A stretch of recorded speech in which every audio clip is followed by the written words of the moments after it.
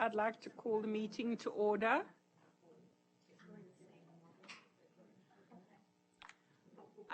The first item on the agenda is the approval of the agenda. Can't hear me. Have I?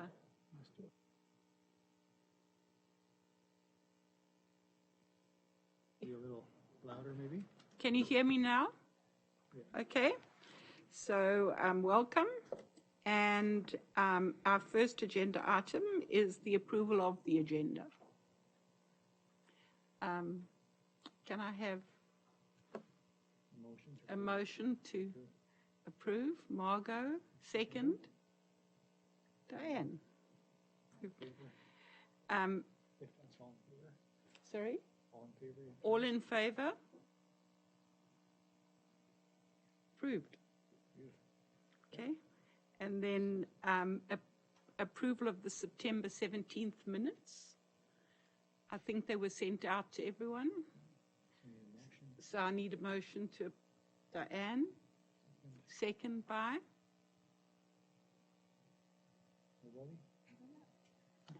Alison. All in favor?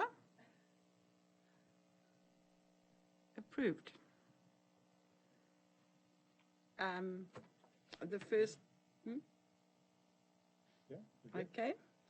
The first item in our action column is the Code of Conduct revision. And I'll ask Mark to speak to that. Great. Good evening, everyone. Good to see you all. We have Scott Podgerbarek, one of my colleagues. I didn't use the word esteemed, but I guess I will.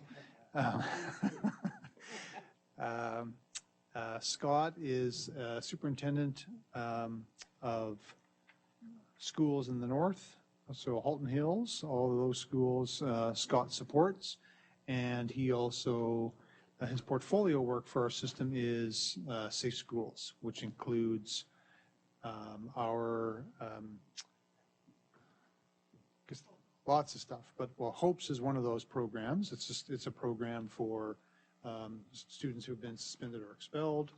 He also supports our things like our code of conduct work. Scott's been doing some work around orchestrating your classroom, which is around supporting effective class management and class environment within our schools. A number of pieces around that is Scott's work. So one of the things he's doing is come to speak to us about updates to our board's code of conduct. And I'll hand it over to Scott. Thank you, Mark.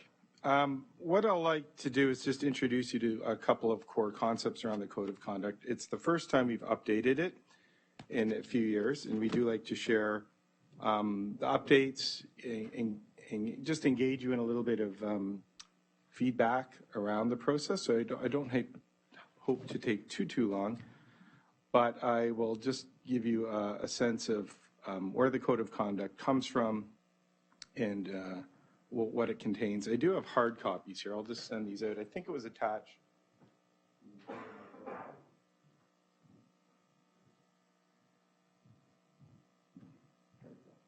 Freebie.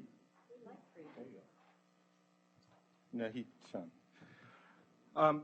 We don't do all of these copies are pretty much limited just for the sake of tonight and some of our other consultations. It actually will only be in a web format with a PDF on there, and I think that was included in your link. We're just trying to be a little bit more paper and print conscious as we move forward. So in terms of the background around of code of conduct, every board is mandated to have one. It comes from a program policy memo, 128, which deems it necessary. It says this memo gives direction to all school boards to develop and review local codes of conduct for their schools. PPM 128 really is quite a specific dictate in terms of, they almost write the components of our code of conduct, and it does allow us a chance to add some local pieces in there as well. We must review our codes, and this is part of this review. That's why I'm here tonight, just to make sure they are updated and revised and reflective of that provincial code of conduct. So with that being said, what it lays out is 3 primary responsibilities. It must be up to date, consistent with our the provincial code of conduct, which I mentioned. It must be compliant with all Ministry of Education policies, requirements of the Ed Act, including Human Rights Code, pieces like that, and made available to the public on the website. And we have that on our website, and we'll put links onto every school's website as well. These are the new pieces. There's been a couple of announcements from the government and legal pieces that have really brought forth a review and caused a review. One is a localized one. We've included updated vaping prevention wording in our code of conduct. It is not in the provincial, but we have felt through consultation with our public health partners, the region, and just our schools, that this is something that was needed.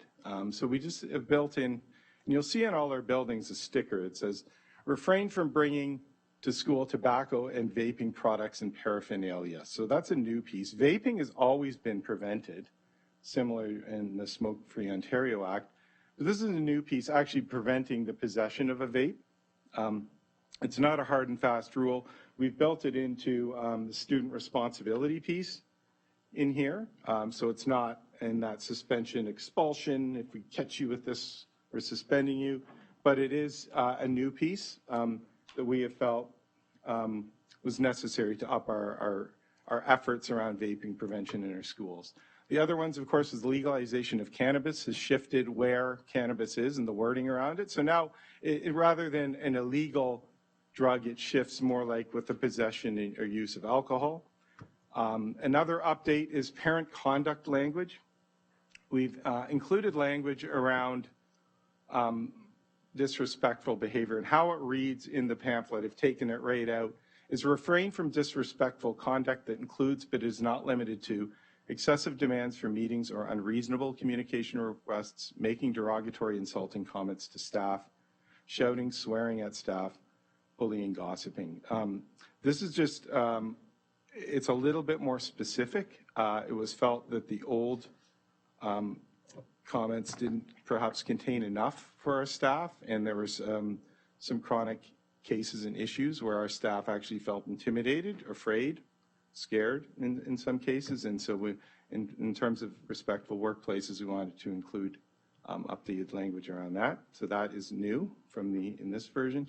And then, of course, there's the from the last election, the personal mobile devices is a new one piece from the provincial government. And their wording we have finally received from them is respect the need of others to work in an environment that is conducive to learning and teaching, including by ensuring that personal mobile devices are only used during instructional time for the educational and other permitted purposes. So you'll notice the other permitted purposes would be medical or special support to support special education students would be also included as part of those exceptions. So obviously, if there were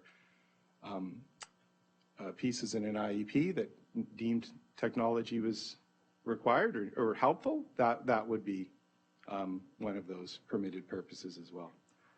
That very much aligns with where our acceptable use policies have always been. It's always been at the teacher's discretion, but this is the official provincial wording that we will bring forward into that as well. So those are the new pieces. Everything else is pretty much carryover from the provincial code of conduct that we adopt in our code of conduct. I just wanted to highlight for the purposes of this group, this concept of mitigating factors. Anytime we have student discipline, so this is where you'll see in the flyer a lot of the progressive discipline pieces in our board and some of the legislation around suspension, expulsions, and those types of behaviors are laid out in here, and where a principal must at least consider or suspension or expulsion. And they tend to be the more severe end of behaviors in our board, but in all behaviors, the principal must consider mitigating factors, every principal, and those are listed here. There's a series of questions the principal is led through. And as you can see, if I highlight this at the bottom, For a student with an individual education plan or disability-related needs, is the behavior a characteristic or the developmental and physical disability? Have appropriate accommodations been made? Is the consequence likely to aggravate or worsen the behavior or conduct of the student? These are some of the mitigating factors that a principal has to go through. You can see that age is on there, race, creed, color, ethnic origin. There's factors that a principal must consider when imposing a suspension or making a recommendation for an expulsion. So these are not new, they're always in here. But this is where those difficult issues are mitigated at a school level. There's never a thou shalt from, you'll hear sometimes in the press or some provocative cases, this concept of zero tolerance. It doesn't exist in our school boards. It doesn't exist in any publicly funded school board in Ontario, because there's always this concept of mitigating factors layered on everything. And so a principal considers the issue, the mitigating factors, and makes a decision. And usually you mitigate twice. Do I suspend or not? Yes or no? And then if it's still yes, how many days or what would the severity of the suspension be based on some of these factors? Okay, a very popular basic one would be age. For example, a kindergarten student is an enormous mitigating factor because they're 4, right? And they maybe not have fully regulation and all of those pieces. So just bring that forward. That is in here as well.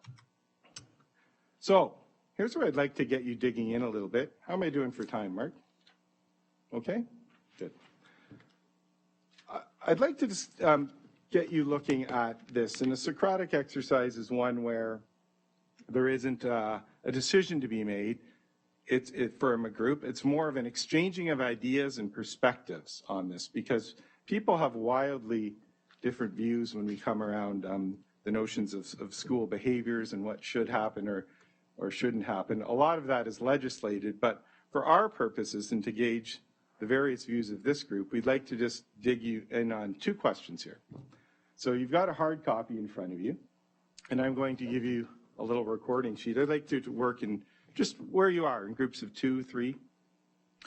So with a partner close by, discuss, number 1, what aspects of the Code of Conduct worked to create positive school climate?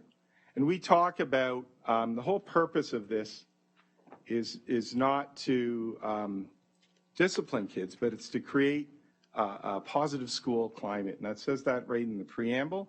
We want to look at those pieces. We do a lot of work with our teachers and our administrators around creating positive school climates. So number 1, what aspects of this work to create that? Based on your interactions with your school and your experiences, what do we feel is very successful around that? But number 2, what is the one thing you think everyone should do to build improved school climates? So in other words, if everyone did this, school's climate would be improved.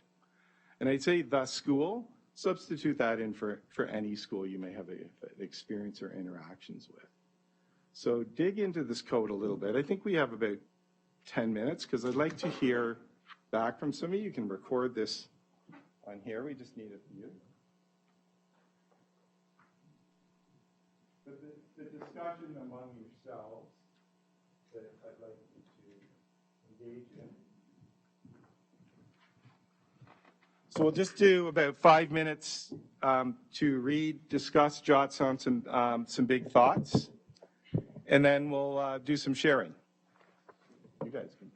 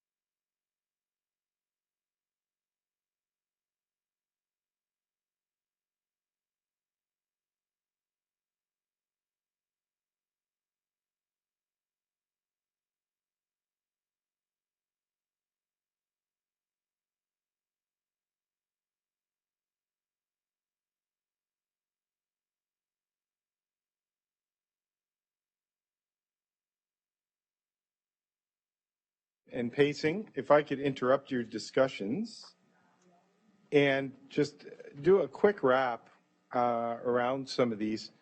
Would anyone like to share some of what they feel the key aspects of this code that perhaps are working to create positive climates? What are some of the big, most important pieces? Obviously, the province feels they're all in there, but I wouldn't argue they're all of equal importance. But we'll share what we have. Thank you, Trustee Shuttleworth. You're welcome, Superintendent Podreberic. It's the first time we've ever been this formal here. So. Yeah. The first and the most important thing that we saw, Lisa and I saw as being important, was the whole idea of shared responsibility versus placing all the responsibility on one person, which we felt encouraged parental involvement and also accountability for everyone involved. We liked how, for the most part, until the very end, it focused on what should be done versus what shouldn't be done. Positive language was used.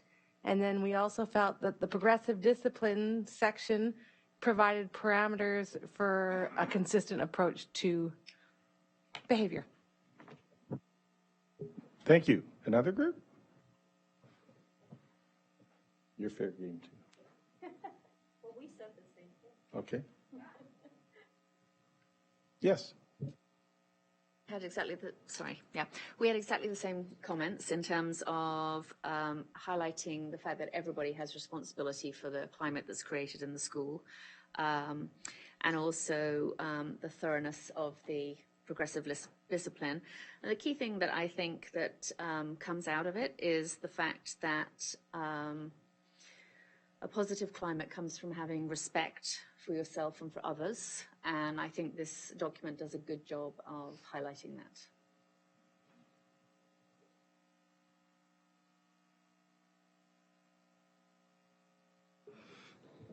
I'd just like to point out that in the past I've found our board website to be not really not easy to negotiate, okay? But I just checked the board website and it was easy. I just searched code of conduct and it popped right up. So I'm impressed.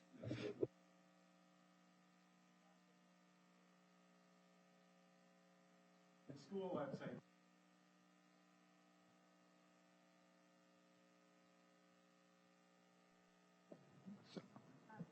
So yeah, I do have a question related to that. With the fact that there's going to be no hard copy given out to anybody in an effort to be green, which is great, I just wonder whether we're being reactive rather than proactive in the situation, because most people only ever look up a code of conduct if they're in a situation where they're in discipline and disciplinary process. Whereas what we're trying to create is a climate which comes from being proactive. So what are the mechanisms in which you're going to use to try and encourage a more proactive engagement with families?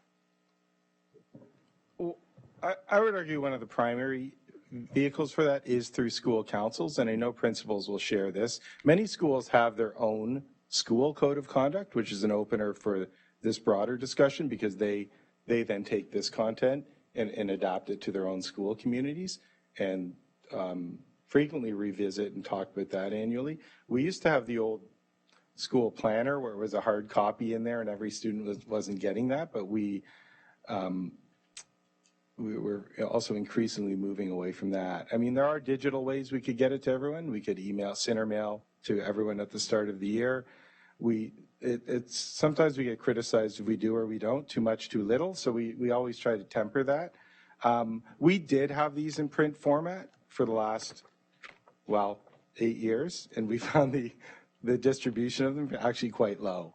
So that's one of the reasons, and we thought we'd be open to print 64,000 of these. We thought Elizabeth May would personally drive over here and attack me. So we just thought, we think it is out there through our councils and broader school communications, and we hope. But schools can request print copies if they want in smaller copies, leave a bundle out in front of the office kind of thing, but it would be like 50, 60 for those interested.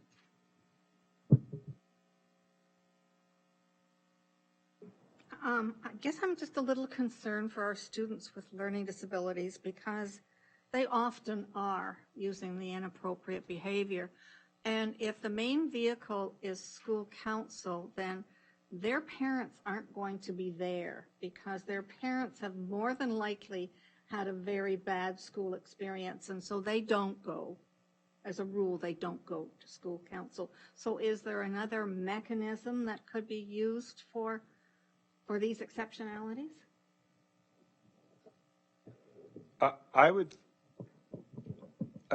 My hope would be that all schools are communicating this out in a broad way, in a variety of ways. I mean, teachers have rules that there's always this concept, and it's captured in here, of progressive discipline. The vast majority of our students never get to that that suspension expulsion side of our page. Just for statistically, I think of 30,000 some odd elementary school students, we had 500 elementary suspensions, just over 500 in the board. So it's not a huge common piece.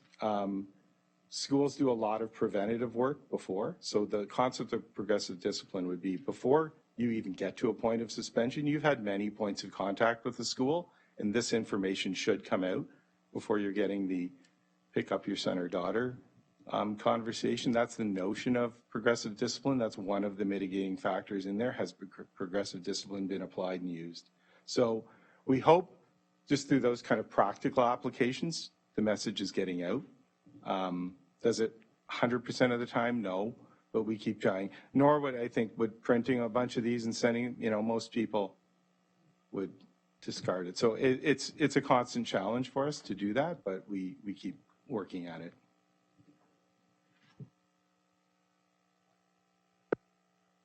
And slide there, you can always email away anything to me, and we'll be happy to get back to you. Just before we wrap up, we had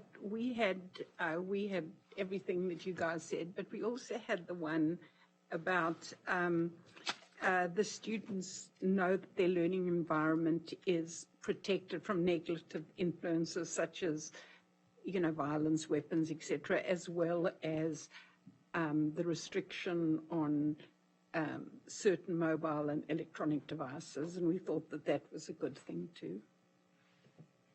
I would like to collect those on my way out. Okay. Could you just set it forward on that? Okay, we have. Okay. Yeah, we just have one more.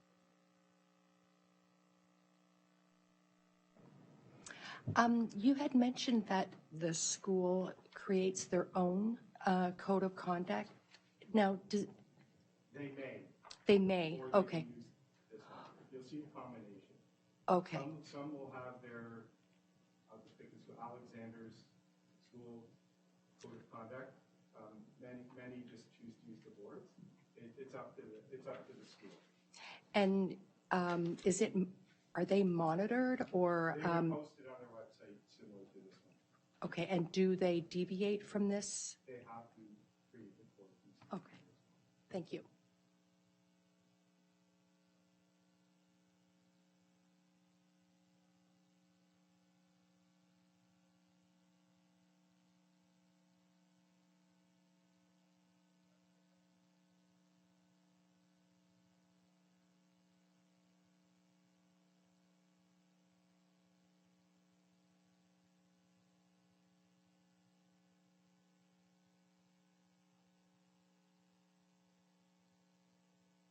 Sorry, just one quick question related to the change in legislation about mobile phones. Does that have to be listed on the IEP? Does it have to state that they can use a mobile phone, or is that classed under any technology? Because I just want to make sure that if we're advising parents, we don't miss a chunk that they need to have actually specifically listed on the IEP. Yeah, I'm not sure I'm the best one. I'm the best one to answer specifically. If it was detailed on there, if that was the technology they were using, that would Well, be fine. I just wonder, so if, say you had a child with anxiety, but in other pieces, and they've got, I don't know, use of a computer in the classroom or use of a computer, and it states a computer, but they also use sometimes their mobile device, do we now have to recommend that stated on that IP is computer and any mobile device? I'll answer that. So can that be included in the IP? Sure, it could. But the language, as I understand it, the government has included is that if the device is necessary to support the student's learning, then there's no restriction on its use. So that applies more broadly than just students with special needs. You know, you have a whole class that all bring in their mobile device that day because the teacher is asking them to do research on X, Y, or Z, right? That it's, the intent of the language is to ensure that mobile devices are not used for non-educational purposes. So it's broader than just students with IEPs. What happens if it's for a mental health issue, say for the fact that the child has anxiety and they want to be able to access a support person quickly? That's not an educational purpose per se, but it is their emotional well-being. So I'm just trying to work out, do we have to recommend that that is captured somehow because of the new legislation?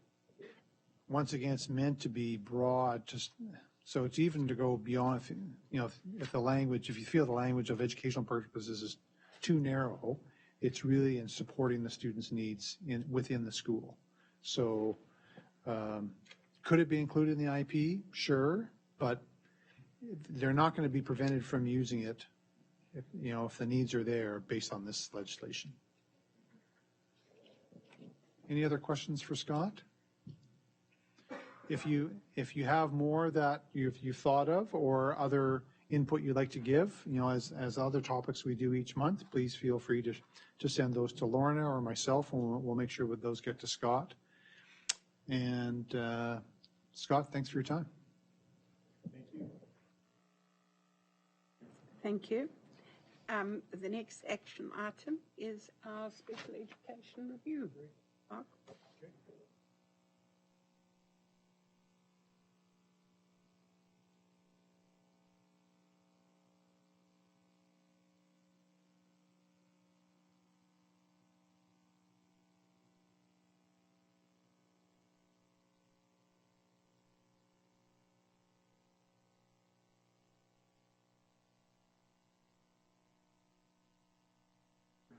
Seems like we keep changing the technology up here, so.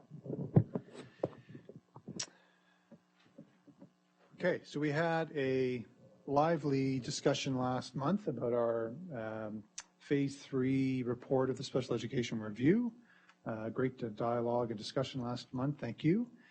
And we talked about the potential for us to come forward with some other follow-up from that. And so here's one of the things that we're bringing to you tonight. There will be others in the future. This is one of our follow-up discussions. So we've shared the slideshow with you with the agenda, and we're looking at our processes that we have for supporting students. And I've added some language here that may be new, or is new, I think, of highly able and potentially gifted and or potentially good. And I've done that because I want to make sure that we're talking a bit more broadly about our students, because we know there are some students who may not quite meet the criteria for gifted, but they still have needs that we want to be meeting. And we know we have some students who may not be identified who might in fact meet the criteria. So I'm just trying to be more broad in terms of that language. And why did that do that? I know. What the heck is that? Kevin? That is weird. Let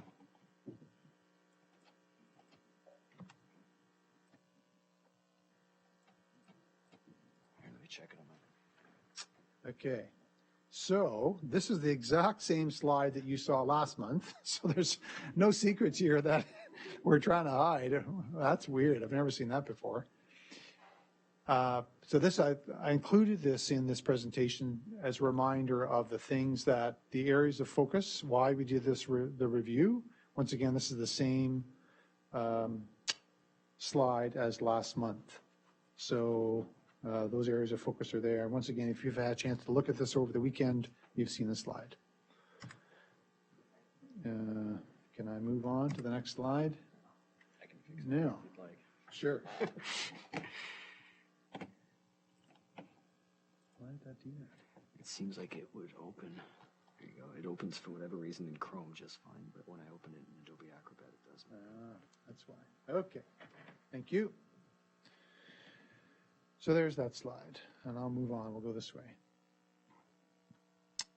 This again is a repeat from last month, just to highlight again for you what, in terms of the literature review that was conducted, that it focused on these 4 areas. So I wanted you to see that again.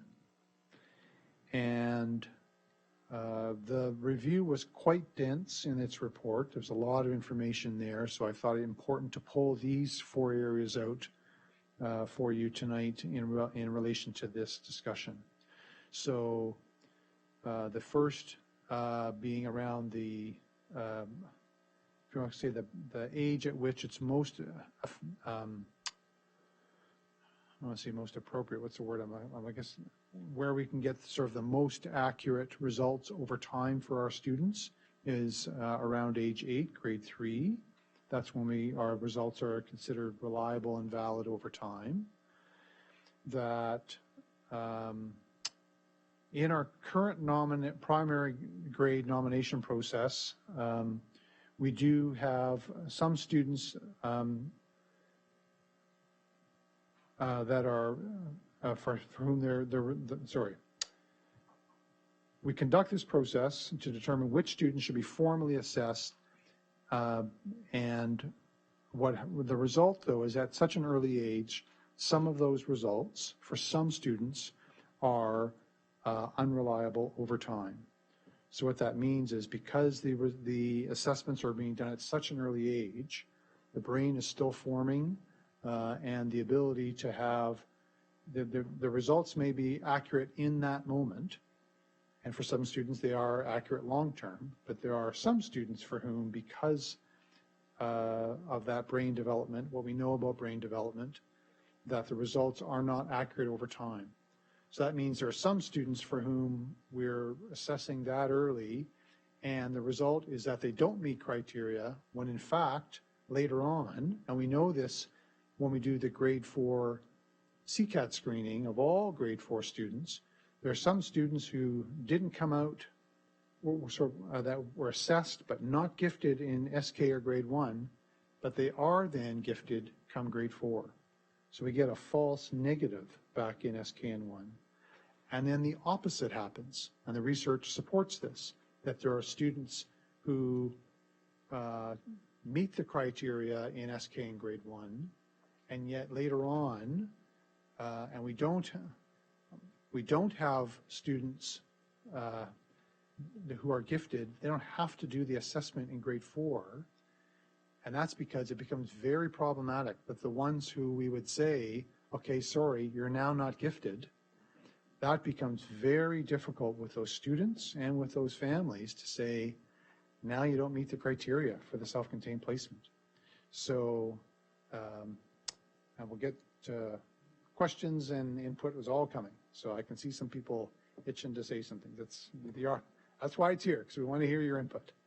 So we know that happens as a result of this nomination process happening at such an early age. And I guess I've kind of gone there. I've gone there with the third point there. I've jumped and said that one, where we then have some students who, and our staff see this on a regular basis. I don't have a number. I'm sorry, we haven't been collecting this data, but I do have staff with some regularity saying to me, we have a student who is struggling in a self-contained placement, gifted placement, and we've even talked to parents about a reassessment, and they're very reluctant. And we get that, because they don't want to see their child come out of a program where they've been for whatever period of time and develop relationships and all those things, and so they're very reluctant to be reassessed. And the final point that we've pulled from the Phase 3 review is that we heard strongly from some parents and some staff, this is through our surveys and through our focus groups, that the differences in the problem-solving pathway between the highly able or potentially gifted students and students with other exceptionalities was perceived as inequitable and unfair. So those were 4 points that we pulled out of the review. Next, we have collected this data over the past 9 years. 9 years ago is when we started this nomination process. And so we've looked at our success rate of our nominations. So just to clarify what this means is that if you go back to 2010-11, there were 381 students nominated to be assessed, and 149 of those students did not meet the criteria for giftedness. And so you can see that our did not. Green is did not, and right to the very end is the total number that were nominated. I guess you have to do the math to see what the, but I'm sorry. Yes, I'm sorry. Green, I'll say that again. So the green is the successful number, correct? And you'd have to do the subtraction to figure out the number that were not successful. So 149 students did meet the criteria in 10-11 out of 381 that were nominated. Does that make sense? Last year, we had 158 nominated, 59 met the criteria. So we assessed all 158. And so you can see our success rate has varied from as low as 31, as high as up to 45 over those 9 years, with an average over those years of 37%. You want to use your mic, Marco? Oh, sorry. But it's about the question. It's about the chart. So it's not. Just if you might answer my question. I know. I'm just thinking because I already said no. Melissa was chomping at the bit to ask a question. So.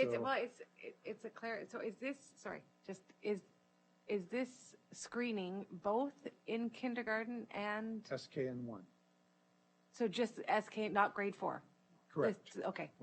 And it's not a screening. It's a nomination process.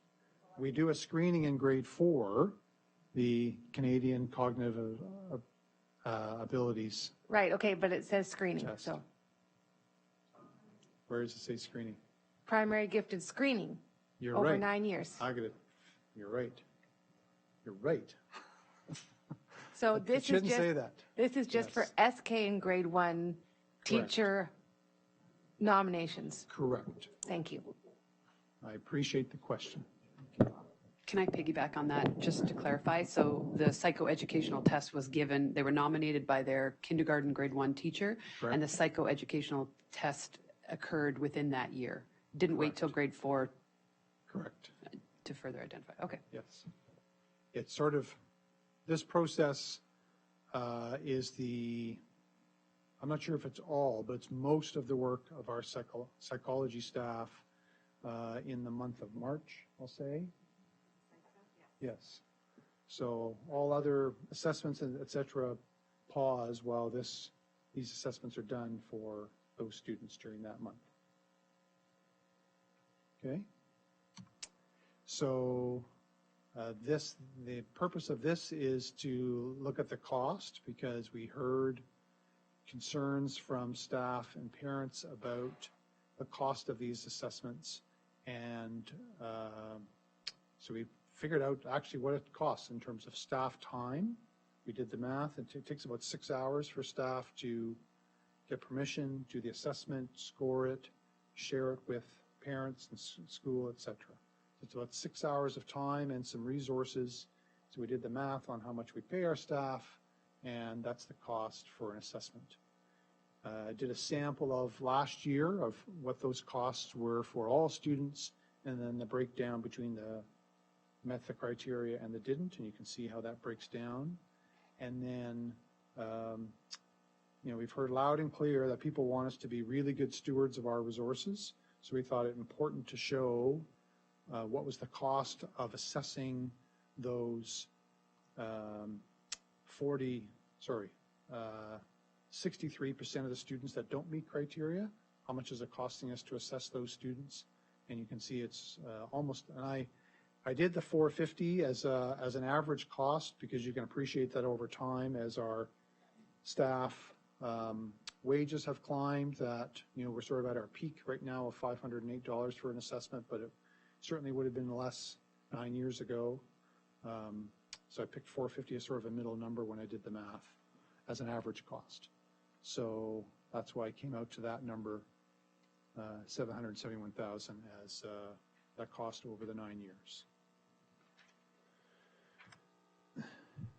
So as a result of all that information about when it's the most accurate over time to do assessments, our success rate, our costs,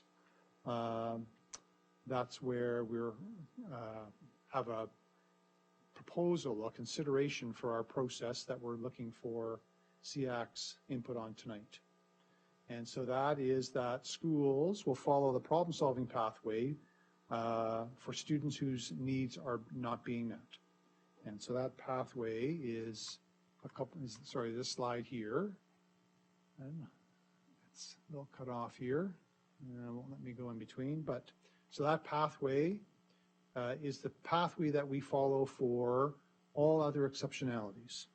And so I'm not going to go into that detail because I think most of you are fairly familiar with that.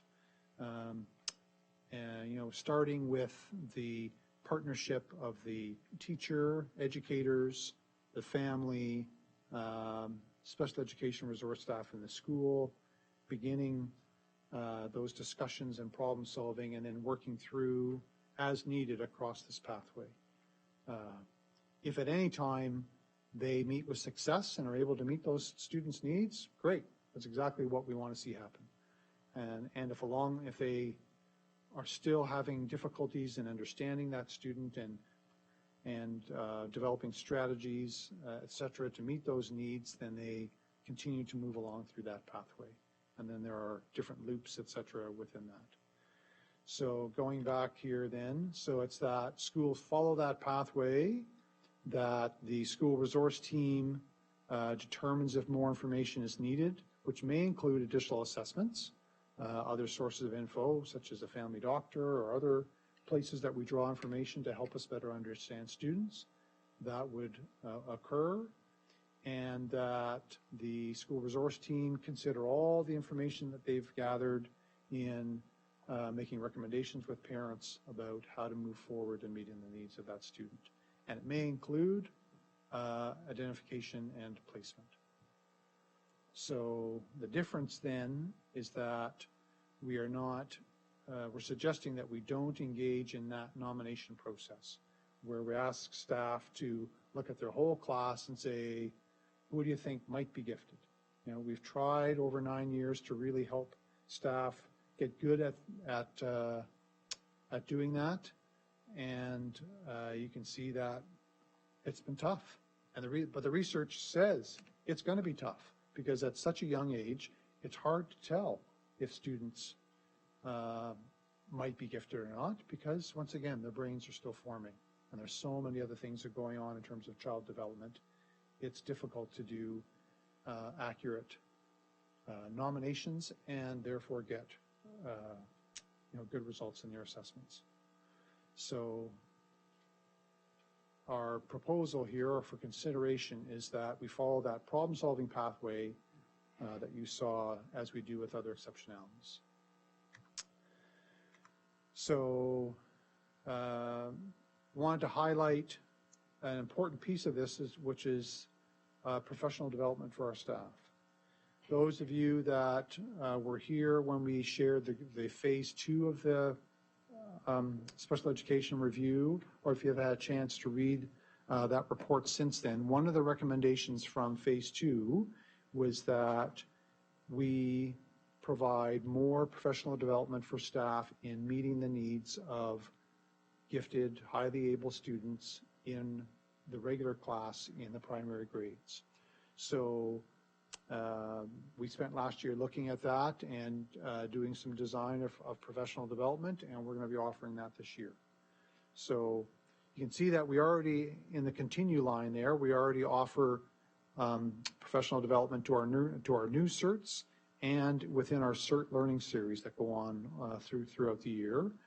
But we're also, we're going to be offering a 3-part series for primary staff from every one of our schools that have primary grades. I think we have 85, I think. Keep opening schools, so at least track. And so we're going to have staff from every school come and be part of this learning series to help them provide better supports for students in a regular class that have that, have this profile. So you can see some of the areas of focus there that we've included. I did invite staff to be here tonight. So Sandra Hall, one of our instructional program leaders who leads up this work in our system, is here if we have more detailed questions about that professional development.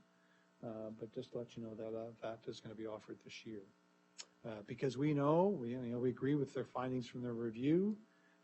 We need to get better at this. We know that there are parents who say, maybe it's not my first choice, but I'm choosing a self-contained placement because my child's needs really aren't being well met in the regular class. So they're going there, not necessarily as a first choice for some, but they feel like it's the best option that they have for their child. We'd rather meet those needs really well in the regular class in their home school and have them still have the choice of the self-contained setting if they want. So it's sort of an equal, if you want, as opposed to feeling like it's the only place I can go for my child's needs. And so I'm going to ask for questions of clarification in a moment, but I want you to see where we're going with input. So following our process that we've done in the past, I thought you would want to see the questions that we were asking in our rotation at the tables. So first, what do you see as the strengths of our changes in this process? What do you like about it? You can talk about the benefits for certainly highly able and potentially gifted students. You might want to talk about benefits you see more broadly for the system or for schools, etc., parents, whichever, whatever you see as strengths there. Maybe we haven't got it right. Maybe there's some things that you think we could do to make this even better. We want to hear from you about how you think we still might improve this process. And so that's at the first 2 tables. And then the last one, I couldn't settle on just 3 questions, so I got a 4th. I'm squeezing it in on the last table. One, I'd like to hear your input about how can we monitor this? How can we, be checking in on our students and across the system in schools about how are we doing with this? Is this working for our kids? Because we certainly don't want to make a change and then have the wheels fall off for a group of students for whatever reasons. So how do we monitor this? And finally, are there any questions that we haven't answered that you still have? And so you'd like to pose those as well for us. So both of those are on the last table over here. So that's where we're going. That's where we'd like to have some great dialogue when we do this. So certainly invite everyone here to be part of that. I know we have some trustees that have joined us tonight as well. If you want to be a part of that dialogue, we certainly welcome you there. And so that's where we're going to go with that. So before we go there, questions of clarifications, things that aren't clear, I didn't explain well enough, or maybe I omitted touching them on before we get into the dialogue.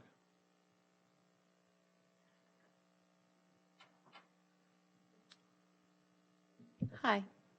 So we had a meeting before this meeting earlier. We talked about this new change and went through some of the particulars.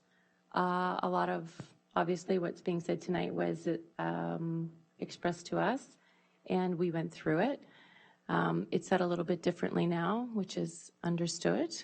One of the things I wanted to clarify or ask again is you do kind of drive home the point about the children who are tested out as SKs, who then are no longer, would no longer fit the parameters later on as gifted.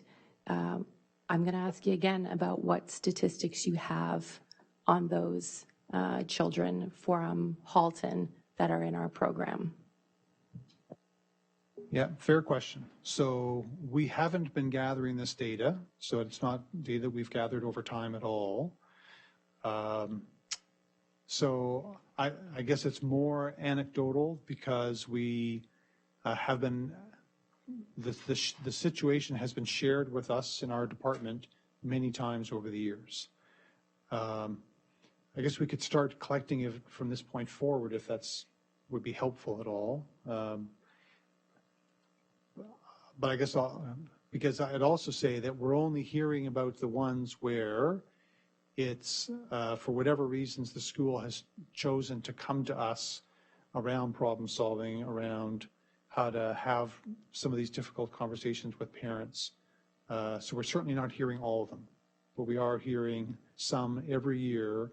And it's coming from a place of concern and problem solving again, because these are situations that we have a student that is struggling because they're not keeping up with the class. They're not able to engage in the level of dialogue and learning that's going on, or keep pace with the rest of the class.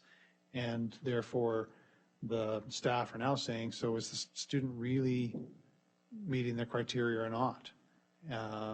But we know also that we have parents that when they have been approached, it's been they've been very reticent, resistant to having their child reassessed. Which is understandable. And I think that it should be noted, at ABC, we don't feel that every child belongs necessarily in the self-contained gifted, but we do feel that there is a good population that does belong in that primary gifted class. And as long as those individual children have their needs met by the program, then we feel that this is well worth having it in place. And that the children that are being accommodated in the classroom with the proper supports, that those children are also receiving what they need as well. Great, thanks. Yeah, it was a good summary of our conversation. Thank you. Yes, could I just ask, what is the definition of success for a child that you use in the gifted, for a child that is deemed highly able or gifted? Obviously, there's their emotional well-being, but in terms of academics, how do you determine whether they've been successful and whether we're actually supporting their needs in the classroom, or whether we're just giving them a little bit extra to do? How do we know that we're really providing what they need? Excellent question. And that's, I'm going to ask Sandra, if you don't mind, I'm going to ask you to come up and help me with this. But I think I'll start by saying that is part of, I'm going to use the language of the art of good teaching, that, and I would apply this more broadly than just students who are highly able or gifted, but for students of any profile, it's the challenge of great teaching is to figure out how do you best meet the needs of that student, which might be through challenge and through extension and broadening the types of learning and dialogue and opportunities that are available to that student, to another student for whom you might be scaling back some of that to really help them thrive and feel they're meeting their potential, right? It's that balance of challenge and success. right? That if everything is within the student's comfort zone and there's no stretch, if you want to call it, I would argue we're not challenging that student enough. However, if it's so far beyond, then we're beating students down, I guess, if you want to say it, right? They're feeling defeated because it's too much challenge. So what does that look like? And you can talk about that academically, socially, physically, emotionally. All of that applies in so many ways, right? So teaching is a complex role, right? Complex profession. Sandy, you want to? Do I turn? Is Yeah, that good? you're on. Yep. Thanks. And I think this is what we're going to focus on in the learning series, because it's how to meet those students' needs within the regular classroom as well, rather than just looking at the self-contained classroom. So your question also makes us think about assessment has to be different for these students as well. So it's teaching the teachers, how does assessment look for these students? Not only are we looking at accommodations for them, but we're accommodating their assessments as well in order for us to understand their strengths, their needs, and using their interests to build on their learning. Does that make sense to you? So we need to teach the teachers as well what that looks like for all learners, but in particular for those primary gifted learners that are in the regular classroom. Yeah, just to follow on, because it's obviously difficult. I mean, with a child with a learning disability, obviously if we can get them back up to the grade level reading, then we've kind of got where we need to be. But with a gifted student, it's obviously very difficult to tell where their potential is and have we met it. So it's just trying to clarify. And often the sky's the limit, right? Yeah. Other questions of clarification before we go to the input dialogue? Can we jump into the tables or I no? just have one quick question. It's very quick. So my question really isn't for clarification of the document, but it's clarification as far as the spec ed review. So when we first looked at the spec ed review, you looked both at students with learning disabilities and students who had been identified as gifted. We now seem to have shifted directly to the gifted population. Are we going to be coming back and looking at the students who have learning disabilities, or are they for another time? No, absolutely. We're continuing our work. This phase was on those two exceptionalities. So we're going to be coming forward with other actions and recommendations we're doing to follow up and move forward, which include students with learning disabilities. And there's other work that we've been doing from the previous phase. Phase 2 had 8 recommendations, and so we're engaging in that work as well. So we're going to come back to you with more of our follow-up of our next steps from the review. But the documents you gave us before had those two populations. Right. And now we've just gone to one. So I'm just kind of wondering. It's not going to one. It's just us sharing here This are today and here the are next- our next steps in terms of gifted today. Yeah. I think the intent is not, usually we want to be done by 9, right? So, yeah. Okay, thank you. I have one Okay. So if we could go. Sorry, Mark, we just have one more. Oh, Sorry, just one more. So Mark, thank you for your presentation, and Melissa, thank you for sharing your perspectives as an educator. Really appreciate that. Actually, Margot's question, I believe, answers what I wanted to get at, and that was we have a nice strategy for the present year in using a problem-solving pathway to address and identify needs amongst our students who are potentially gifted and or are identified as gifted. And we do have some great professional development strategies. And so I'm wondering if that will be also, if there will be a time to look at professional development for each exceptionality. And I think you started to address that with learning disabilities. Sure. We'd love to share the kinds of learning opportunities we're sharing with staff across all the exceptionalities, because there is quite a bit going on. So let's dig into our questions in the back, and invite our staff, Sandra included, to be moving with a group or maybe sitting at one of the tables if that would help. So if you have questions around the specific PD that we're offering around this profile of student, please feel free to dig into that with her. But certainly, I think at the end of our agenda, we're looking at future topics for our future meetings. And so that could be one of them where we're digging into the PD that we offer across our system. Sorry. Really quick, Lucille? Just really quick, I'm just wondering how long you have allotted for that, because a lot of our families have sent us today with some questions, and they've been waiting a long time to get those asked. You're talking about the back? Yeah, are we yeah, gonna still have if we time can just in get the to it, interest we'll of move time? quickly. So we could probably, let's say, can we maybe do 5 minutes per table? Is that fair? Be pretty quick, or do you want more time back there? We'll do. I know usually sometimes the first one takes longer because the page is blank, and as you move and the page fills, we can move more quickly. So let's get into some rich discussion back there. We want your input, and then we can get on to other parts of the agenda. Okay, thanks.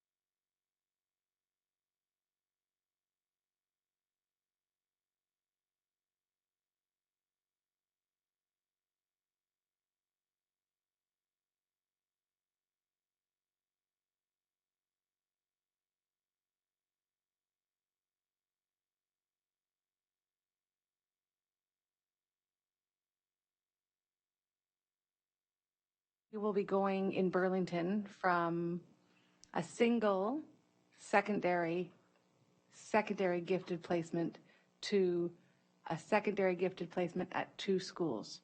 And their concerns were, is this being fiscally responsible? And how are you going to ensure a viable population at 2 schools versus just the 1? Thank you for your question. So this was received quite a bit of attention and deliberation during the Burlington Program Accommodation and Review. And so in that process, we heard loud and clear through that parents wanted the secondary gifted program to be more accessible within Burlington, that it was located only at Nelson High School, sort of down in the southeast corner of the city, and that another location would potentially draw more students to the program, because there were some that were choosing not to go because of the distance. We heard from families, because we surveyed all families of students identified gifted in, I'm going to forget which grades now. I think all grades, if I recall. I think we surveyed all. I may have to correct this later, but I'm pretty sure we surveyed all parents of students identified gifted in Burlington and asked them questions about the importance of proximity. Some debate about having 2 programs versus 1, and we heard fairly clearly from parents that in the north part of the city, having a second site would encourage some students to stay in the program who are in grade 8.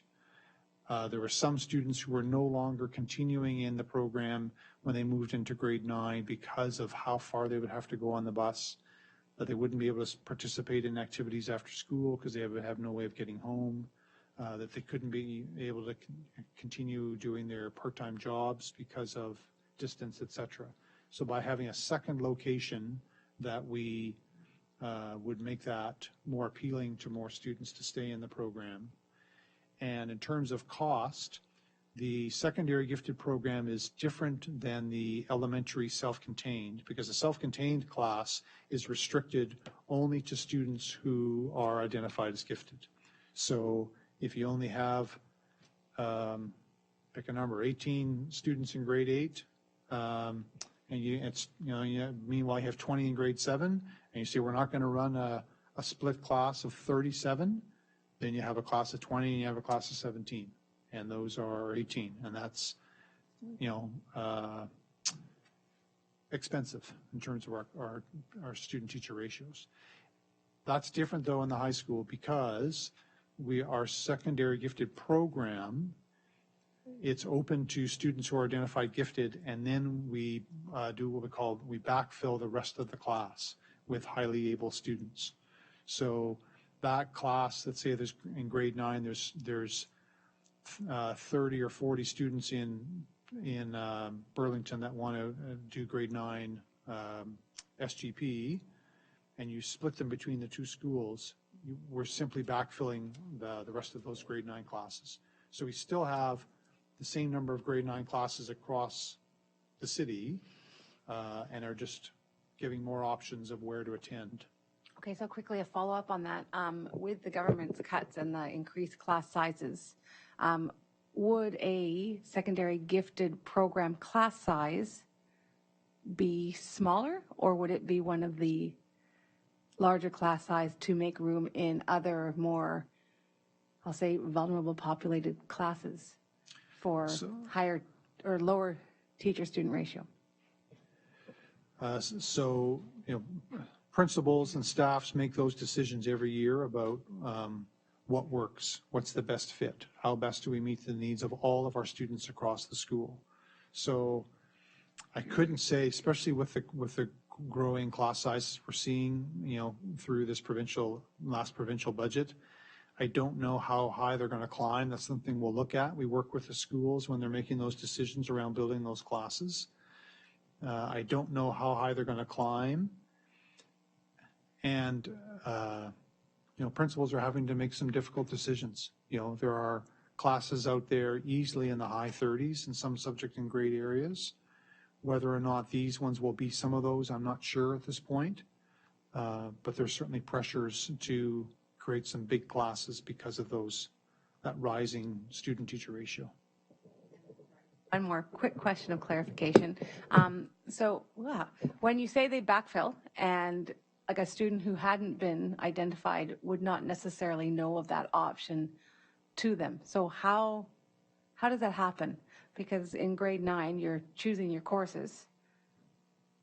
And if they're backfilling, how, I just don't, that's a question for me personally. How do you do it? So I'm going to get the wrong term, but we provide sort of open houses, information nights to, we start earlier now. I know we used to do it in grade 8. Do we do it in grade 7 now? I'm looking back to Sandra. Still in grade 8, thank you. So in grade 8, we run sessions for all grade 8 students to participate in to learn about all the program options going into high school. So there's quite a lot there that students can choose from, both within their home high school and other schools within their municipality. So we tried through that, and those are open to students and parents, right? We run those in the evenings. So we try to make sure that our students and families are really well informed. It's a constant process, and we're always trying to get better at that. So they know what the options are, including that ability to backfill.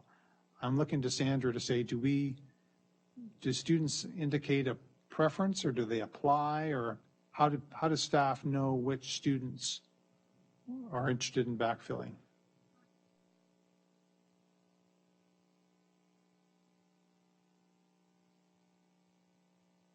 So we have the awareness out there, try and make that as well known as we can.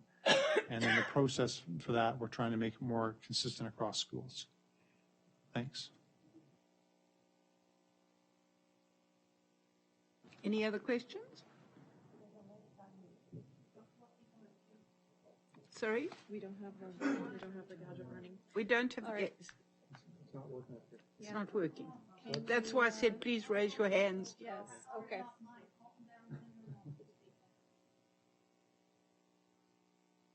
Thank you.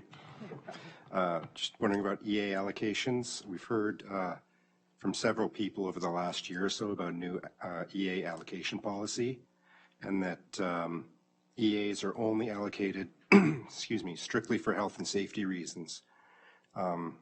Is this the case? Is this true? And when did this come into effect?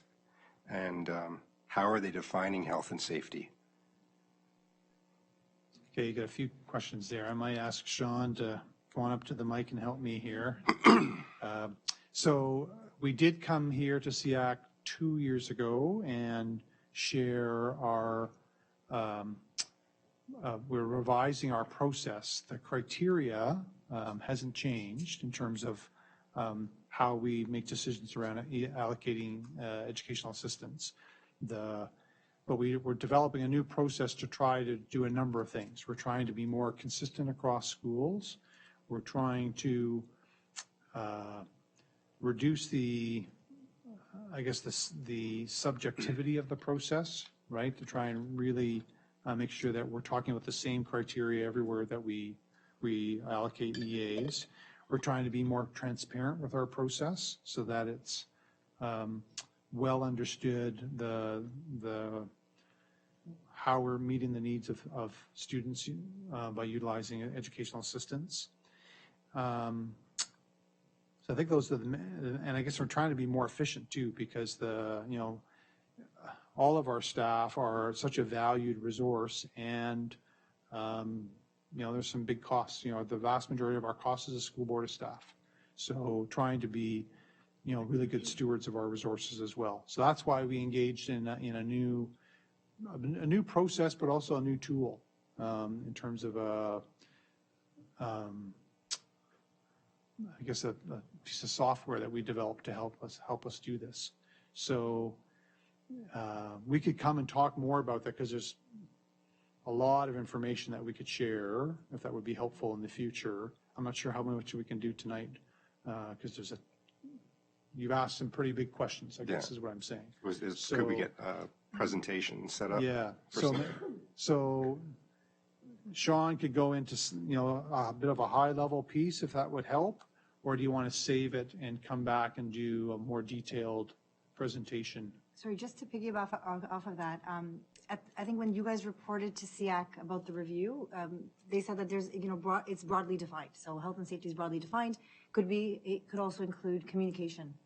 So is that still the case? Like, there's just so much unclarity. We've had a lot of families really upset with nobody really, there's no clear answers, and we don't have clear answers. The review was done 2 years ago, and I think SEAC was told then health and safety, but also communication, which, the Down syndrome community, that's a huge barrier for our kids. So is that still the case? Yes. Health and safety is a broad term. It applies obviously to the direct medical health needs of students, but also the safety of students. It includes communication. Part of the student safety revolves around that. Can also include other factors around the needs that the students have, in a broad perspective without going too deeply right now. And I'm certainly happy to present later on for SEAC more detailed. We do send out the IPLs into every school, and they meet with every school CERT team, and they take a look at the needs of all the students in the school. We input that data, and we run software that comes up with a number.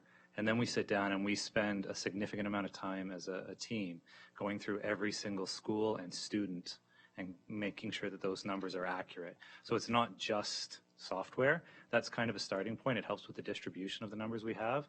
But we put eyes on every student and try and allocate the resources, the finite resources, to the significant needs in the system, person by person.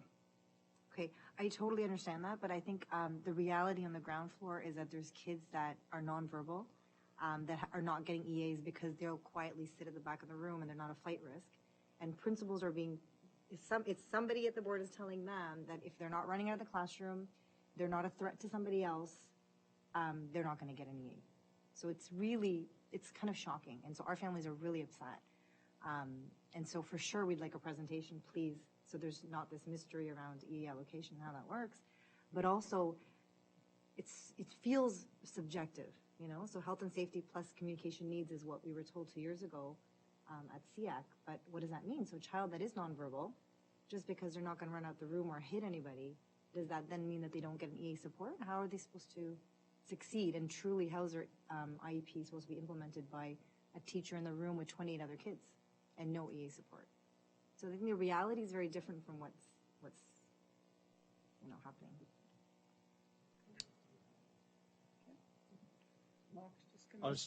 So let's definitely add that on to our list of potential future topics. Well, that's part of what I think Lou wants to do with people is do a little bit of prioritizing, where we go with our time together.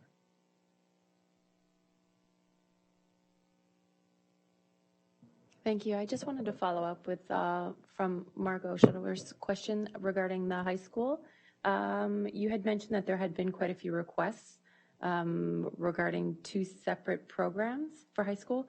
Do we have some information or numbers on those requests? I'm just wondering if there's enough interest in splitting the gifted program between 2 high schools. That's got to be pretty significant. Do we have some data that could be shared about that? Because we're really taking a program, class members that have been together for quite some time and splitting them. And that's probably why you're hearing quite a bit about it, Margot, because it's significant for the families and for the kids themselves. And my next question would be whether or not, if these class sizes are low ratios in which they have to be backfilled, does this mean that the children or they could request for the other high school program, like out of bounds requests to the other high school to go back where their peers are or the classrooms that they were with before? Is that a possibility if those class sizes are small enough? Just out of curiosity. So to your first question, yes, we do have data because we asked every family and we got some pretty good response rate. So we shared all that data back to I'm not sure if it came to SEAC during the PAR process, but certainly it was shared publicly in the PAR meetings and with trustees at trustee meetings. So we definitely have that data, and we can share that. We'll send it out on email to in response. Can they request optional attendance at another school? I'm looking to Sandra, who's nodding yes. So it would be, right, which is the same as any. But we're talking about Burlington, right? All talking about the new high school. Right. Yeah. So she's just, right, she's clarifying that we have 3 sites in Oakville. So all students there who are identified gifted have a designated home school for gifted. And if they choose to attend that school, and they qualify for transportation, they would be transported. And this is the same for all students who request optional attendance anywhere in our system. If you're applying to go to another school and you're accepted there, there's room, etc., and you're accepting that knowing that you won't be transported. So optional attendance does not include transportation. And once again, that applies for any student in the system. So that will be the case as well in Burlington with the 2 sites.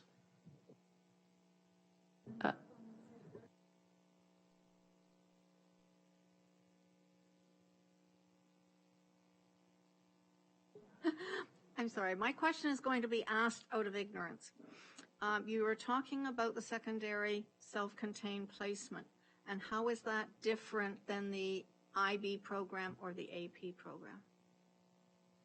I'll start, and I turn to Sandra again. So it's a secondary gifted program, right? And we call it that because if it was a placement, it would be limited to only students who are identified. Okay. So it's called the secondary gifted program so that we can backfill it with other highly able students. And that's intentional so that it's not, if you only have 10 kids, you can appreciate, A, that's going to be a pretty expensive class, and B, it may not be the best learning environment if there's only 10 of them, right? They want a vibrant enough size class for the learning. So from there then, IB is totally different again. That's the International Baccalaureate Program. That's a totally different, we can do another learning session on that if you want. That's a totally different design and structure that's designed by separate organization that we then apply to be part of and provide courses that fit their IB standards that are accepted worldwide. Do you have some very bright, capable students choose that? Yes. AP, the advanced placement, we have 2 versions of that going on in our system, and that's common across the country at least, where you have schools that offer advanced placement courses, so they meet the standards, I guess, of that, and then there's an exam at the end, the advanced placement exam. And we have other schools that don't offer that as a course, but they just offer the exam at the end of the semester. So you can just write the AP exam. So, and those are recognized by some colleges and universities as part of the entrance and can help in terms of their entrance. Otherwise, there's really no, if you're not going to go somewhere that puts value on AP, it's just, fair enough. So does that make enough sense for the difference between the 3? Yeah, so there's lots of options. Plus there's specialized high schools major and French immersion and other things. Could I add a bit of history? Sure. In 1985, in E.C. Drury High School, we had a cohort of students who were identified gifted coming in from grade 8. And so we kept them on, and this was arranged through talking with the elementary school personnel. We arranged for this cohort to be in the same class and backfilled it with highly able, and we called it 9A. Such a great idea. We kept doing it. I just want to follow on from that because I'm not quite getting it, obviously. What is the programming that's different then in the gifted program? What specific need is it filling that is not met by other more advanced programs like IB and AP? So I'm just not.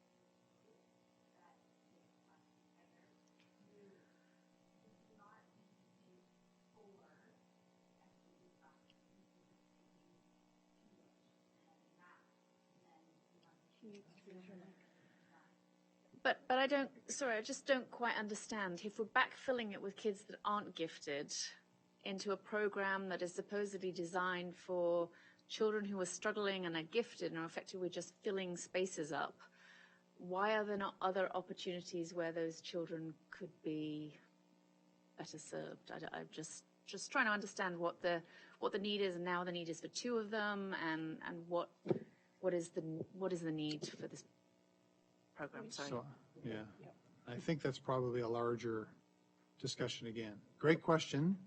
You guys are asking good questions, but some of them just take more time to give, I think the fulsome answers that you're looking for. So that's where future agenda items, let's add it on. Okay, so with 8 minutes, I know everybody's cognizant of the time. Really quick, this is pressing because our families have emailed us quite a bit.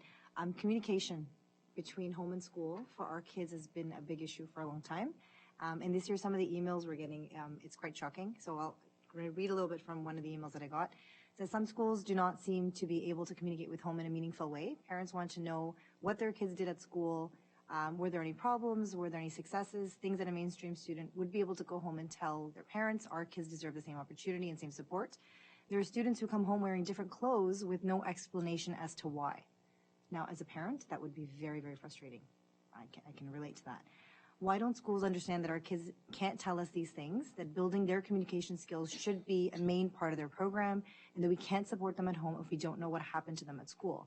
Is that there isn't enough EA support in schools, or just that the schools don't understand?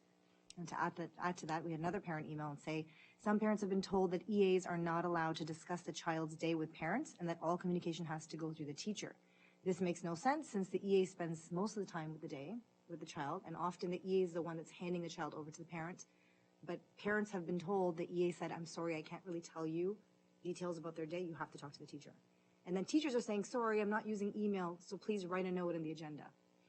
It just really, we were so disheartened and surprised to hear that, because it's almost like they're putting up barriers for working parents. You're going to sit there and scribe in the agenda, notes back and forth. So also, some parents are told, right, that teachers don't want to do the email thing. And so, I don't know, what's the board, Paul? Again, lots of confusion, cloudiness, ambiguity around. So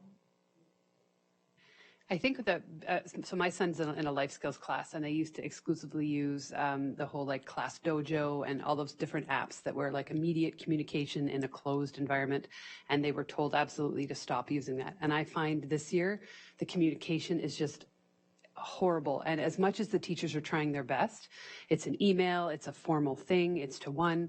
It was so easy just to use this app. You got constant updates and pictures and things. I know there's a lot of privacy issues that prevented the use of that, but I'm telling you, as a parent, it has been just abysmal, the difference between what we used to see. I used to see multiple moments of his days. I could communicate with lots of people on, not only a public class forum, but also one-to-one, and that's gone by the wayside. And I don't think they found anything as effective to replace it. So I just wanted to add to that. Because I think that's a big struggle, especially the kids that can't come home and tell their parents.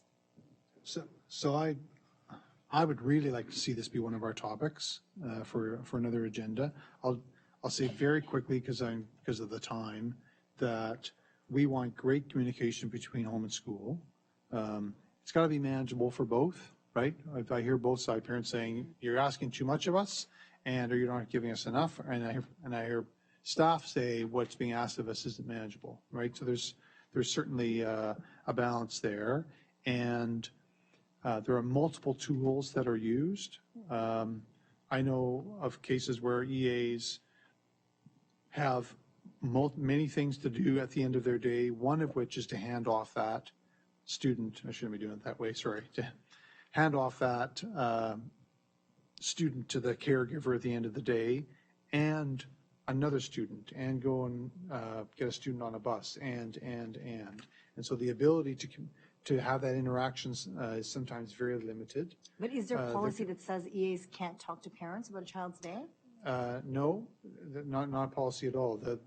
What that looks like, the circumstances, the reasons, would be very individual. So it wouldn't help us to talk about that here.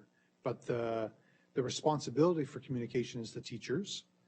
Sometimes EAs are involved in that. Depends on, again, very much on the circumstances of that class, staff member, student, etc. So, but I would love us to talk about how can we improve that communication. There are some methods that work really well for one family and student and class, and then they don't work for another. Mm-hmm. And great methods that did work at one point in time, and now we can't, as we realize that was kind of open to whoever to, through that vendor. We had no assurances from certain software developers that. But all parents signed a waiver. So we were asked to sign a waiver that Yeah. Yeah. Which, yeah. And so that's a much more involved discussion I'd love us to have. So in terms of you have specific cases where you'd like to have more dialogue, sure. Well, not even, it's such a pressing issue for our families right now. Yeah. Like we had a meeting recently, and a lot of parents were like, I have no idea. My child's coming home in different clothes. That's frustrating. Any parent would be like, I have no note. No one's told me. Yeah. Why is my child's clothes been changed? Yeah.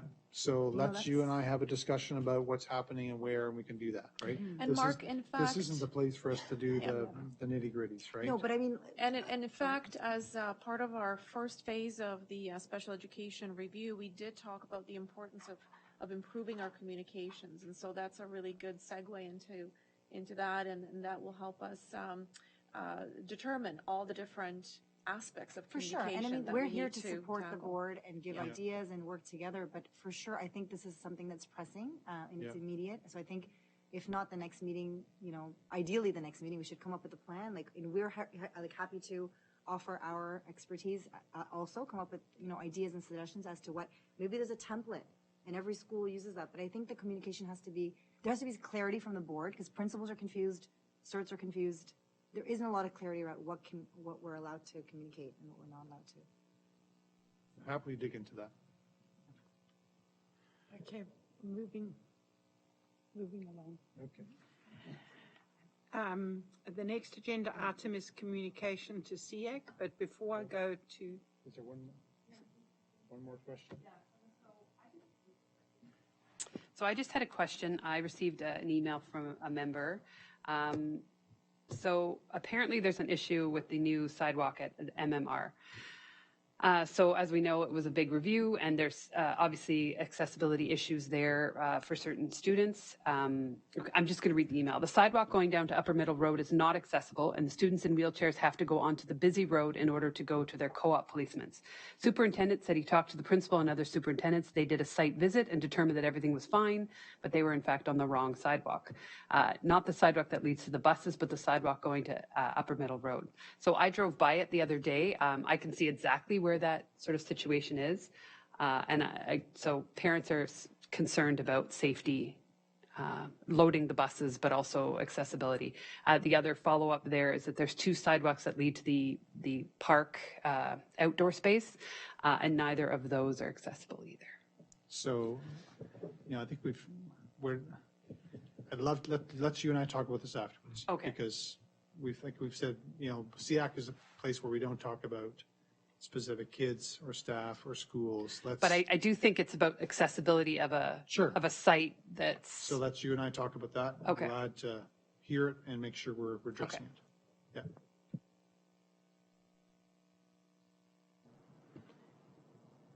Yeah. Can I move on? Yeah. Okay. Okay. Before we go on to the superintendent's reports, Joanne. All right. As most of you have likely heard by now, Christina Huddy indicated that she's stepping down as the alternate representative for Autism Ontario. And so on behalf of the Halton District School Board and the Board of Trustees, I would like to express our sincere gratitude to Christina for her dedication to and service on the Special Education Advisory Committee, and her dedication to the achievement and well-being of all students, and in particular, our students with exceptionalities.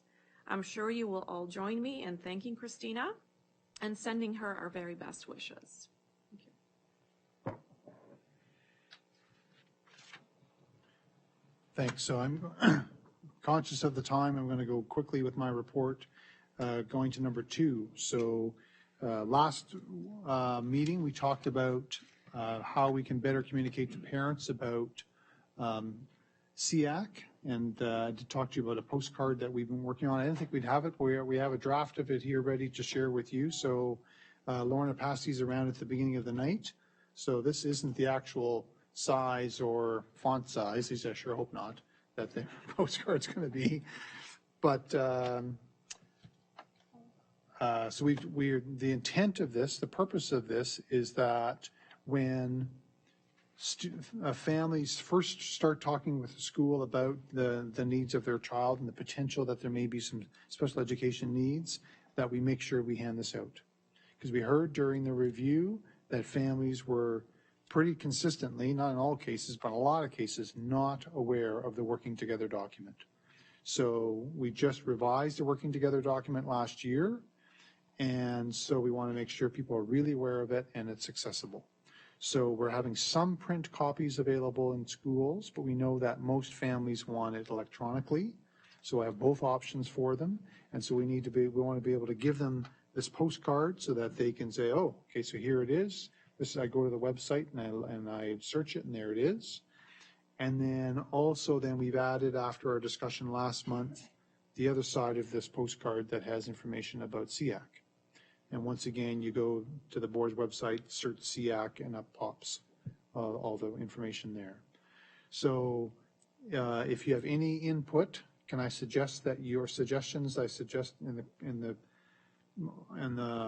the interest of time, that you share those with me electronically, send us an email with your suggestions on how we can improve this. We do want to go to print with this soon, so that we can be getting this out to all families as they engage in the problem-solving pathway with staff. Okay? Sorry, just really quick. You guys used to have a really great newsletter, the Edu newsletter, Spike Ed Department. Is that something that's still happening? Yes. Staff has been busy. We're hoping to do our next version soon.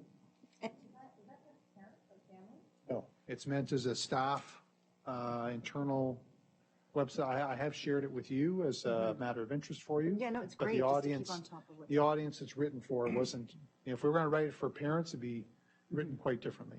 Okay. It's meant as an internal. Okay. Yeah. So we should get one soon, hopefully. Yeah. Why am I drawing a blank? I know. Special edition, right? Is what we call it. Thank you. End of October. Okay.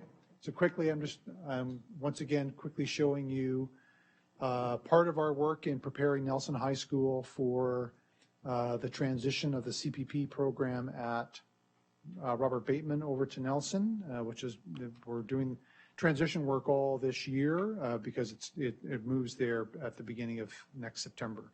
So one of those things is preparing an outdoor learning space, and we've opened one here at MMR at the CPP there 2 years ago, and then one at White Oaks Secondary School a year ago, and now this one. So we're with the intent that all CPPs will have an outdoor learning space added to them. So this one here, you can see some of the elements. The pictures don't show the whole thing, but some of the elements of this outdoor space, the intent being that it's certainly accessible for students with a variety of mobility needs, but also has some visual spaces as well. The ability for small groups of instruction and dialogue and things to occur in these spaces. It's not completed yet, but it's certainly coming, and we thought this is something you might want to see And once again, the intent being it doesn't have to be finished until next September, but this is some of the work that's already going on, as well as some of the other renovations and work that's happening at Nelson High School. So just thought you'd want to see that because people are saying, what's going on? Is the school going to be ready? The work has been going on and keeps going on. If you could see an aerial shot of the school, there's quite a bit of work. They've redone all the parking lot. They've done a lot of electrical work to prepare for the new shops and renovations that are going on, a food school, a new library, new CPP area, lots of things happening there. And I'll leave it at that. I'm done. Great.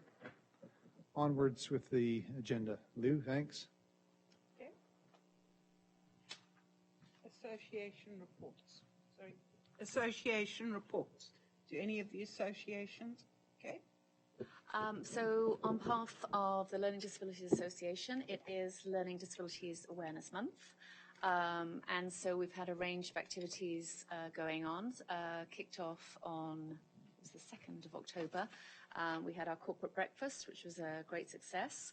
I just wanted to let you know that we have, on the 23rd of October, we have a couple of events taking place at our facility on Guelph Line. We have a lunch and learn from 12 till 2, mainly designed more for professionals and educators, people who want to learn more about what actually takes place at the centre. And then in the evening, we also have an IEP workshop where we'll be giving more parent-based information about the problem-solving pathway, IEP development, and learning disabilities. So if anybody's interested, they're very welcome to come along.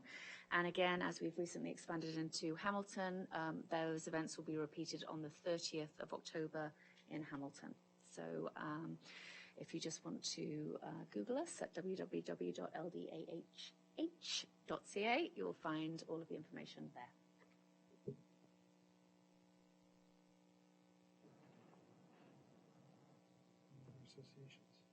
Any other association?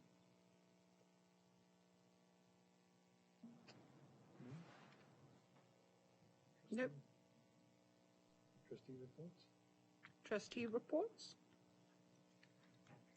Okay, so just really quickly, the work on the multi-year planning, the work of the multi-year planning steering committee continues, and as I've indicated earlier, there will be opportunities for SEAC input, so we'll keep you in the loop about that. We've also decided to reach out to our fellow trustees and get feedback or input from the committees that they sit on. And one of the trustees, Leah Reynolds, who's a trustee for Burlington Central High School, wanted to share some quick news around the amalgamation of Nelson and Bateman, specifically the move of the International Baccalaureate program from Bateman to Burlington Central High School. There will be an integration committee formed. And given that historically the IB program includes students with gifted exceptionalities, Leah felt that it was important for SEAC to be aware of this new program destination. There will be an integration committee comprised of the superintendent, principal, trustees, school council chairs, among others, but also students and special education advisory committee members will be invited to participate on this integration committee. Dates have been set, starting with October 22nd, and the meetings will be in the late afternoon, 3:30 to 5:30. So anybody interested in that, please let us know, as SEAC should be represented on that. And I'll pass it on to Margot for an update on. Right, so anything that I really have to say kind of fits into the committee report, so I'll just do it now, and that way you can just skip a couple of the committee reports. So the Nelson Robert Bateman Integration Steering Committee has its first meeting this Thursday afternoon. Lou is going to be there alongside of myself, as well as the superintendents and principals of the schools. I do think that the other thing that Leah was trying to recognize in her discussion about Central High School was that there is a difference in, it's not an amalgamation with Central and Bateman, but it's a transfer of program, whereas Nelson and Bateman is an amalgamation. So she thought there might be some intricacies, as Joanna said, concerning children who might have identification. So that's what she wanted to say. And then one other thing I will quickly talk about is the Equity and Inclusive Advisory Committee has been meeting about our Human Rights Symposium, which is on Thursday, December the 5th, and I have little things that I will pass out to everybody so you have information on that. And that's those two committee reports.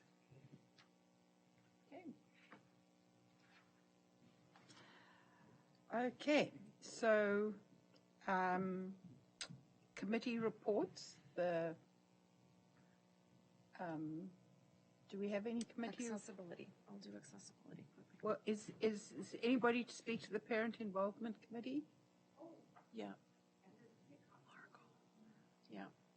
The Parent Involvement Committee is this, the Parent Involvement Committee Conference is this Saturday, October 19th, hosted by Garth Webb Secondary School. If you go to the website, hcsb.ca, and put in even pick conference, you will find all the details. It is a daytime, starts early in the morning, ends by about 2:30, 3 o'clock. It is free registration. Registration is closed, I believe, but you never know if there is a wait list or something.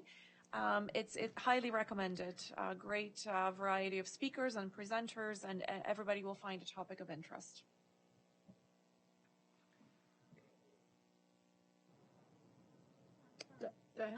Is SEAC planning on having a table at that conference? We were actually just kind of talking about that before the meeting, so we will connect with the PIC chair and plan that. Okay. But I suggest LDAH is going to be there. And so if Allison and I can help out, we both have a time slot that we will be there. And if SEAC is beside, we can double do. We did share last year. So I will just need to speak to the chair to find out how we're going to manage it and to get everything that needs to be picked up, taken to the venue. Okay. Okay, quickly on accessibility. So the draft annual accessibility status report 2018-19 has been shared with the group for input. As we don't at the moment have a SEAC rep on that committee, but Melissa indicated some interest, I'm going to share that draft report with you, Melissa, so that you can apply your Kenai. That's right. Yeah. But just to have a look at the report, you can provide any feedback through me, and I'll provide back to them. And I have also approached Lucille to see if she would be interested in representing SEAC and attending those meetings. So we're going to work that out. Thank you.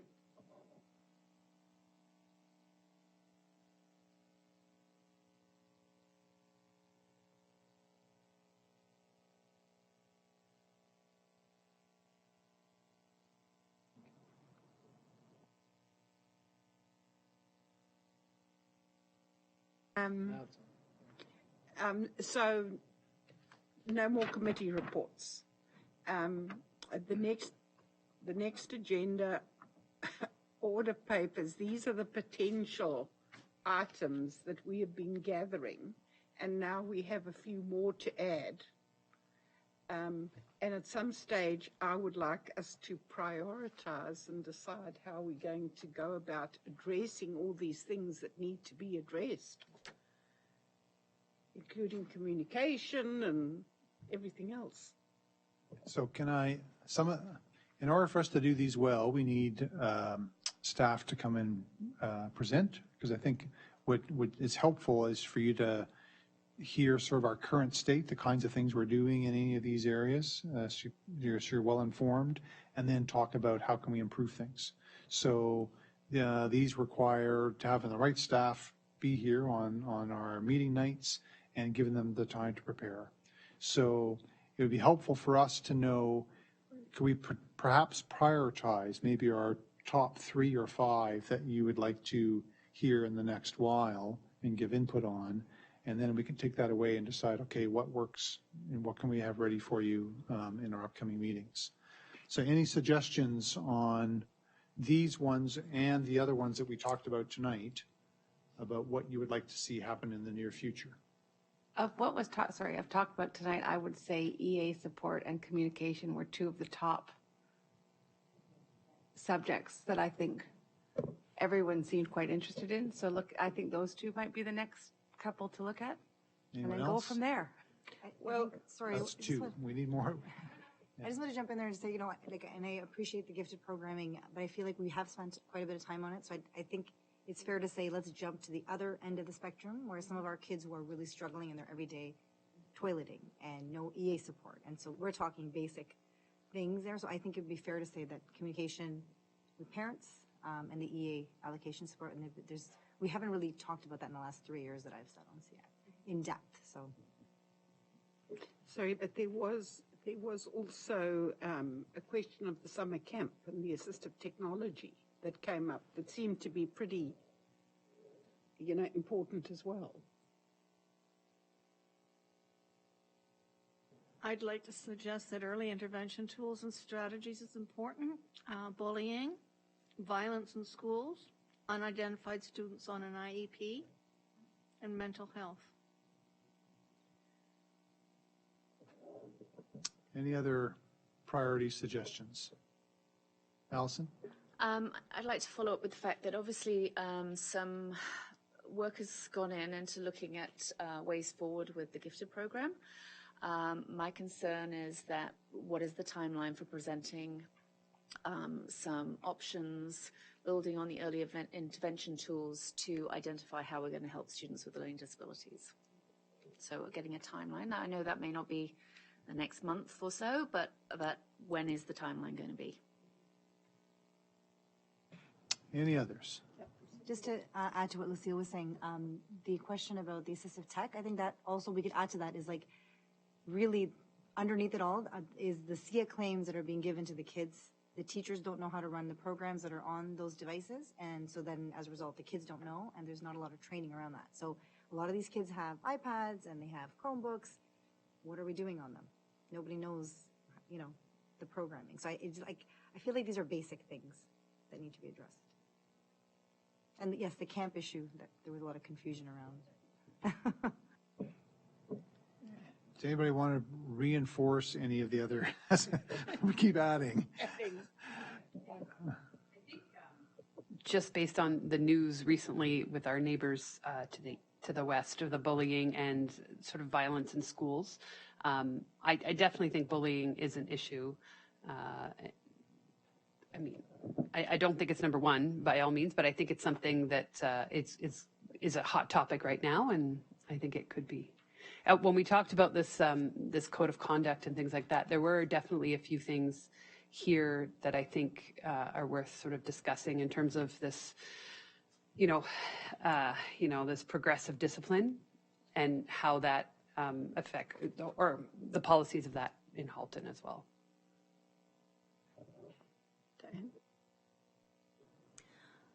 I'm aware that Halton has partnered with LearnStyle, which is a computer technology builder, mainly for students with learning disabilities, but they have programs that address all exceptionalities.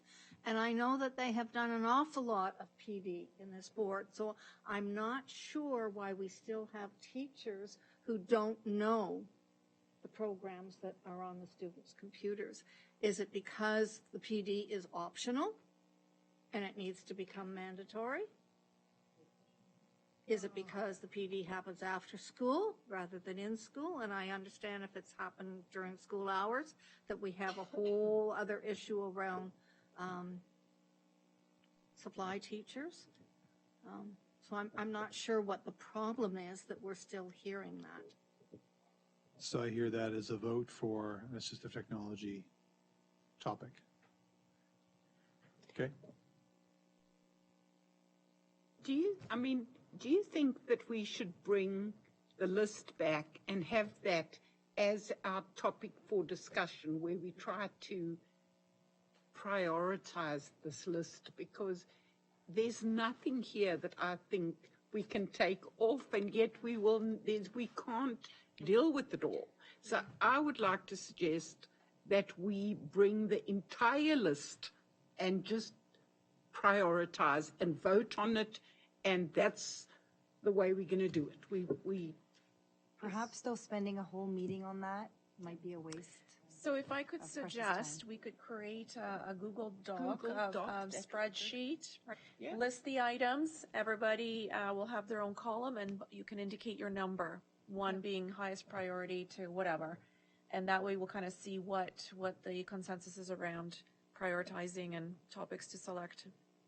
Okay? Thank you.